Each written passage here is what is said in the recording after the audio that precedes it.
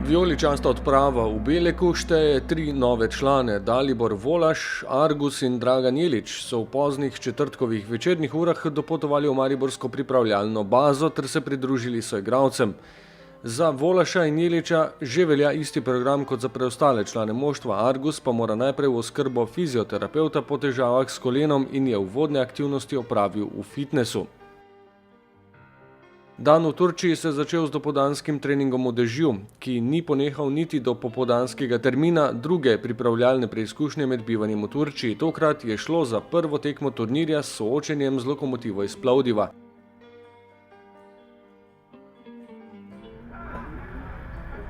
Prvi udarec v okvir gola beležimo z mariborske strani. Cvjanović proti desnemu kotu, vratar Pavlovs je žogi preprečil pot v mrežo.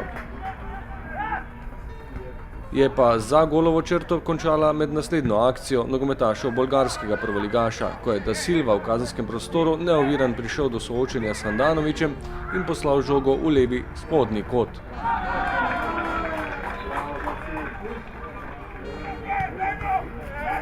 Po vodstvu Lokomotive se je zvrstilo še nekaj akcij slovenskega prvaka, vendar brez želenega zaključka. Mezg je poslal predložek v kazenski prostor do Velikonje, ki pa z glavo ni uspel spraviti žoge do cilja. Bolgarski vratar je pozorno spremljal vse udarce z razdalje in ni dovolil presenečenja v poskusu Ibrahimija z roba kazenskega prostora. Brez uspeha pred odmorom ob preizkušanju udarca tudi Mezga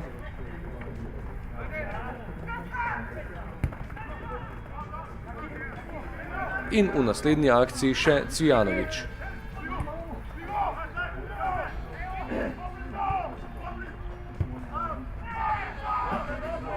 Tekma je po programu strokovnega štaba še vedno sodila med tiste uvodne z delitvijo minutaže. Drugi polčas je tako na mariborski strani začelo 10 novih nogometašev.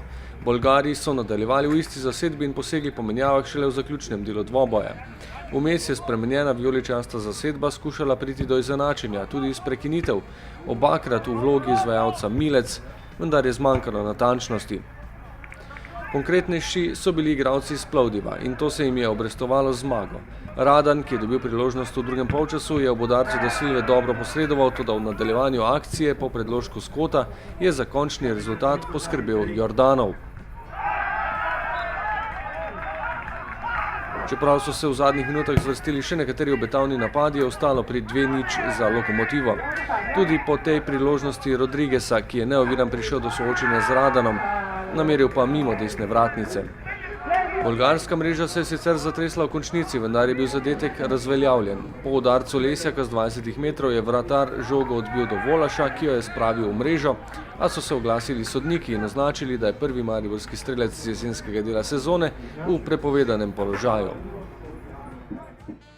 Tako je, tudi ta tekma je dala kar nekaj odgovorov na to, kar delamo.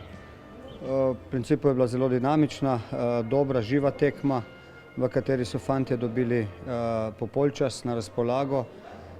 Namen je bil, da igramo zelo živo, da poskušamo vseh 45 minut dominirati, igrati v visokem ritmu. To smo tudi naredili, velikokrat uspeli dobro kombinirati, vendar nažalost nismo uspeli zadeti.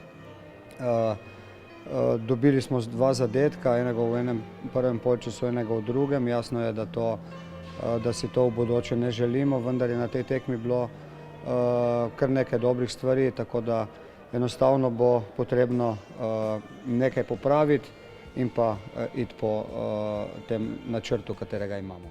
V nedeljo sledi za NK Maribor še test številka 3 v Beleku. V tekmi za 3. mesto proti poražencu drugega tekmovalnega para Hajduk Split Vaslui. Dvoboj s romunskim predstavnikom se bo začel ob 14. uri.